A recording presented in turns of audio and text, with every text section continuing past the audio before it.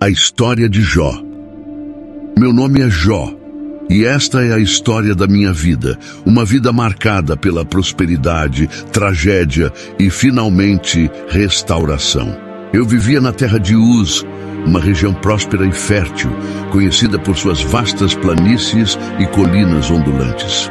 Minha vida era um reflexo da bênção divina. E meu relacionamento com Deus era o pilar sobre o qual tudo o que eu tinha se construía. Naqueles tempos, a terra de Uz era um lugar de grande atividade comercial, com caravanas que viajavam de terras distantes, trazendo especiarias, tecidos e outros bens exóticos. A vida em Uz era vibrante e cheia de oportunidades para aqueles que, como eu, estavam dispostos a trabalhar duro e manter sua fé em Deus. Naqueles dias, a vida em Uz era simples, mas rica em tradições e costumes. A comunidade era unida, e as famílias extensas viviam perto umas das outras, compartilhando tanto as alegrias quanto as tristezas. A agricultura e a pecuária eram as principais atividades econômicas, e eu era um dos homens mais prósperos da região. Possuía 7.000 ovelhas, 3.000 camelos, 500 juntas de bois e 500 jumentas, além de muitos servos que ajudavam nas tarefas diárias. Minhas terras se estendiam até onde a vista alcançava, e todas as manhãs, ao nascer do sol, eu podia ver meus trabalhadores começando sua jornada, cuidando dos rebanhos e cultivando os campos. A vida familiar era central em nossa cultura.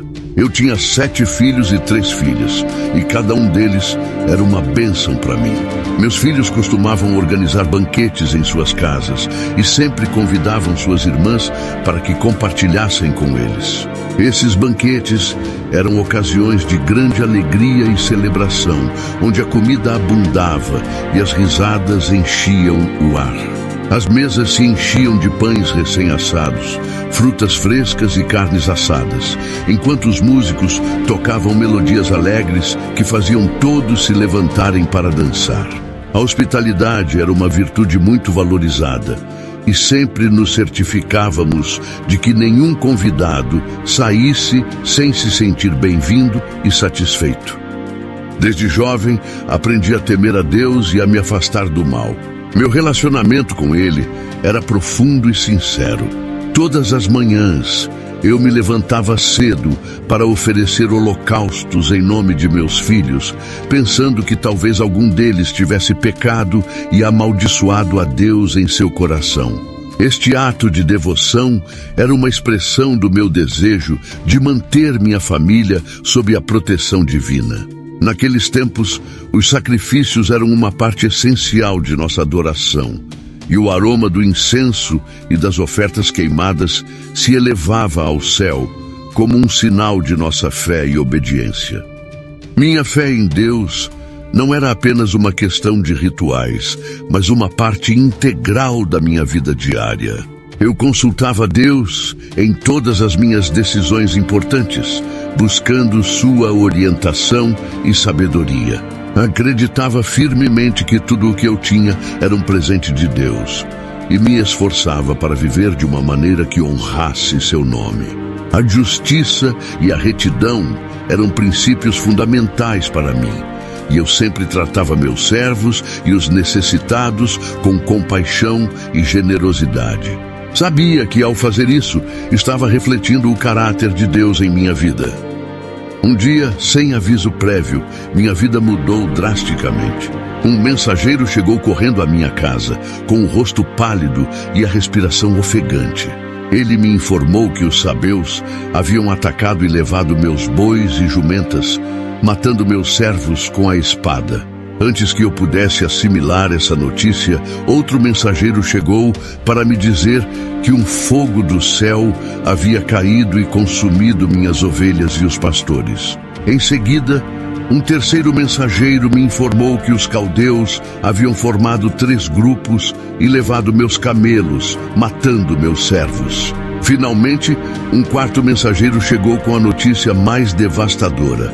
um grande vento havia derrubado a casa do meu filho mais velho, matando todos os meus filhos e filhas que estavam dentro.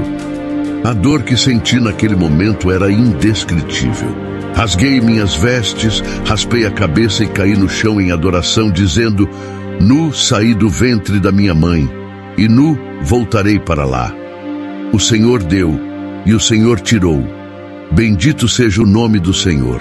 No meio da minha dor, me agarrei à minha fé, sabendo que Deus tinha um propósito, embora eu não pudesse entendê-lo naquele momento. A perda dos meus filhos foi um golpe devastador, e todos os dias eu me encontrava chorando por eles, lembrando de suas risadas e dos momentos felizes que compartilhamos. Mas minha prova não terminou aí. Pouco depois, fui afligido com feridas dolorosas, desde a planta dos pés até o alto da cabeça. Sentei-me entre as cinzas, coçando-me com um caco de cerâmica para aliviar meu sofrimento. Minha esposa, vendo minha condição, me disse: ainda mantens tua integridade? Amaldiçoa a Deus e morre. Mas eu respondi: falas como uma mulher insensata. Aceitaremos o bem de Deus e não o mal. Meu sofrimento físico era insuportável, e cada dia parecia uma eternidade. As feridas cobriam meu corpo, e a dor era constante. Minha esposa, desesperada por me ver em tal estado, não podia entender por que eu continuava mantendo minha fé. Mas para mim, renunciar a Deus não era uma opção. Sabia que, embora não entendesse o porquê do meu sofrimento, Deus continuava sendo soberano e justo. Meu relacionamento com Ele era a única coisa que me dava esperança no meio da escuridão. Um dia, 3 dos meus amigos, Elifaz, o Temanita, Bildade, o Suíta, e Zofar, o Namatita, ao saberem da minha desgraça, vieram me consolar. No início, sentaram-se em silêncio comigo durante 7 dias e 7 noites, pois viram que minha dor era muito grande. Mas depois começaram a falar, e suas palavras, em vez de me consolar, acrescentaram mais peso ao meu sofrimento. Elifaz foi o primeiro a falar, sugerindo que meu sofrimento era um castigo por algum pecado oculto. Ele me disse que os inocentes não sofrem e que eu devia ter feito algo errado para merecer tal desgraça. Bildade e Zofar também insistiram que eu devia me arrepender dos meus pecados para que Deus me restaurasse. Suas palavras me feriram profundamente, pois eu sabia em meu coração que não havia cometido nenhum pecado que justificasse tal castigo. Sentia que meus amigos, em vez de me apoiarem, estavam me julgando injustamente. Eu me defendi, assegurando que não havia cometido nenhum pecado que justificasse tal sofrimento.